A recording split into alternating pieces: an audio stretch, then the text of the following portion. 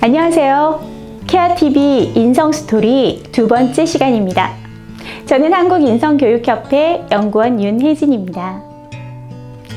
여러분은 어떤 날씨를 좋아하시나요? 바람이 솔솔 불어오고 눈부신 햇살이 비치면 그 빛을 바라보는 것만으로도 기분이 좋아지지 않으시나요? 저는 빛이 희망과 용기를 준다고 생각합니다. 빛이 있으면 어둠이 있기 마련이죠. 어둠 속을 보려면 빛이 있어야 합니다. 우리는 어디에서 빛을 찾아 또 어디를 비추어야 할까요? 오늘은 빛과 어둠을 우리의 삶과 비교해 보려고 합니다. 세상에 이런 사람이 있었다는데 믿어지시나요?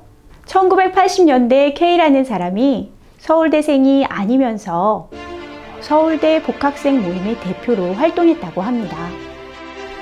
그는 서울대생이라는 신분으로 고급 과외도 하고 연애도 합니다.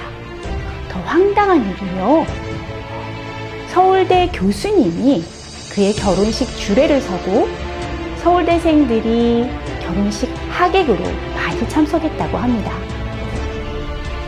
그는 이런 거짓된 신분으로 인맥을 형성하고 그 인맥을 활용해 사업을 확장했다고 해요. 다행히 이 일은 사기 사건으로 마무리되었습니다. 이 사건을 보면서 우리는 이런 것을 알 수 있습니다. 서울대라는 명문대학은 사람들에게 신뢰감을 주고 사회적으로 인정받는다는 것이죠. K라는 그 사람은 사람들의 이러한 반응을 이용해서 거짓된 허상을 만들고 가짜 삶을 진짜처럼 살았던 것입니다.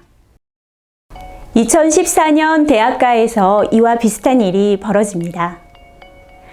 한 명문대학 동아리실에 A라는 사람이 들어옵니다. 신입생 회원 가입을 하고 싶다는 그의 얼굴을 본 한 선배는 깜짝 놀라고 말았는데요.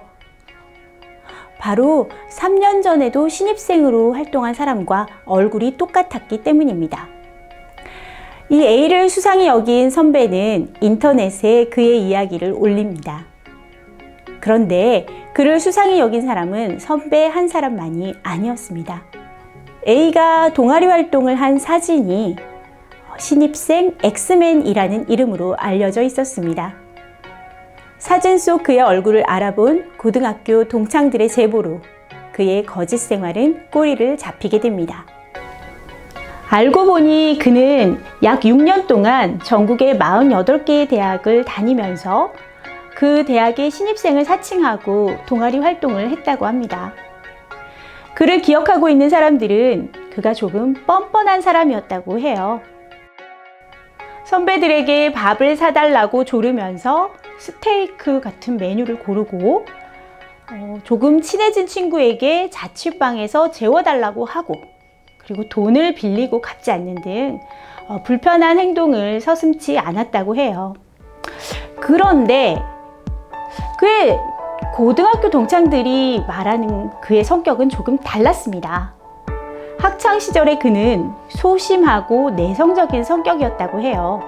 말썽 한번 부리지 않던 그가 왜 대학에서 신입생 행세를 하게 되었던 걸까요?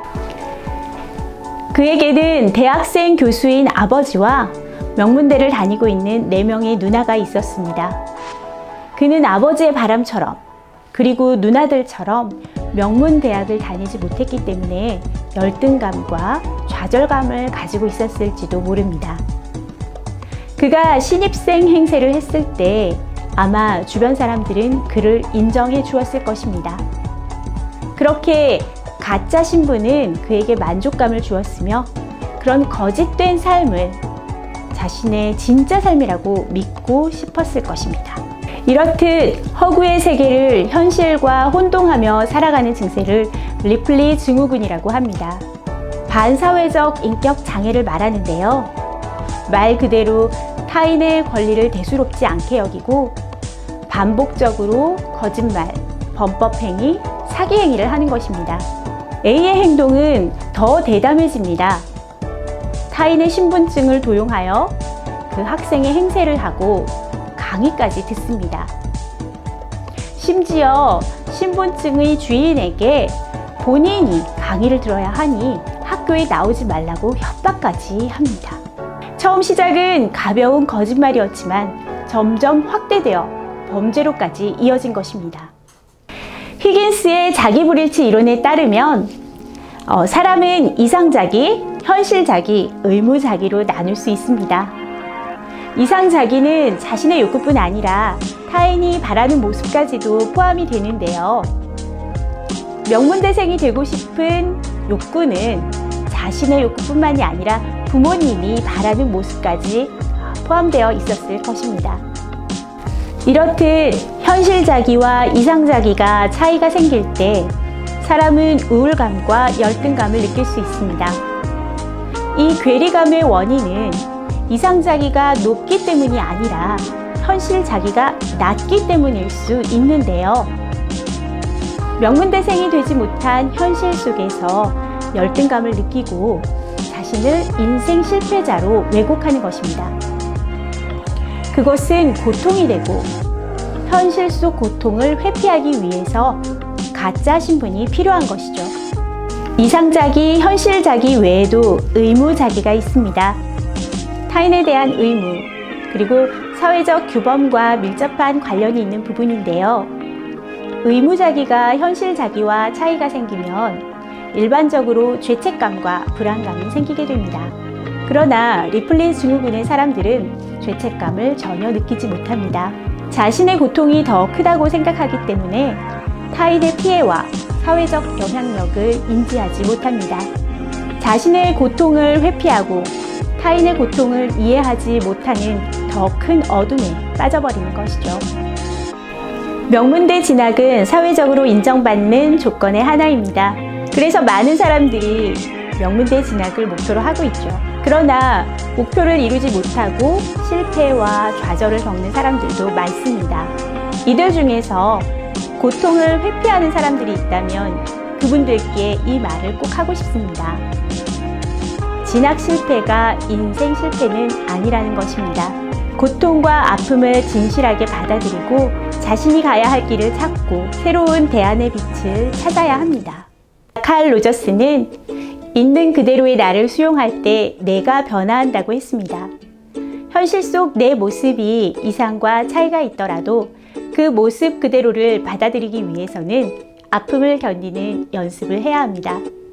나의 부족한 점, 실패의 고통, 과정 속 어려움들을 회피하게 되면 어둠 속에 갇히게 됩니다. 자신을 그대로 인정하고 새롭게 도전하는 의지를 갖는 것이 빛을 찾는 것입니다. 부족해 보이는 현실의 내가 생각보다 더 빛나는 사람이 될지도 모릅니다. 야심성 유희라고 하는 말이 있습니다. 밤이 깊어갈수록 별이 더 빛난다 라는 뜻인데요. 우리의 삶에는 매일매일 밤이 찾아옵니다. 그때마다 어둠 속에서 진실의 빛을 찾아 우리 모두가 가장 빛나는 별이 될 수 있기를 기대해 봅니다. 감사합니다.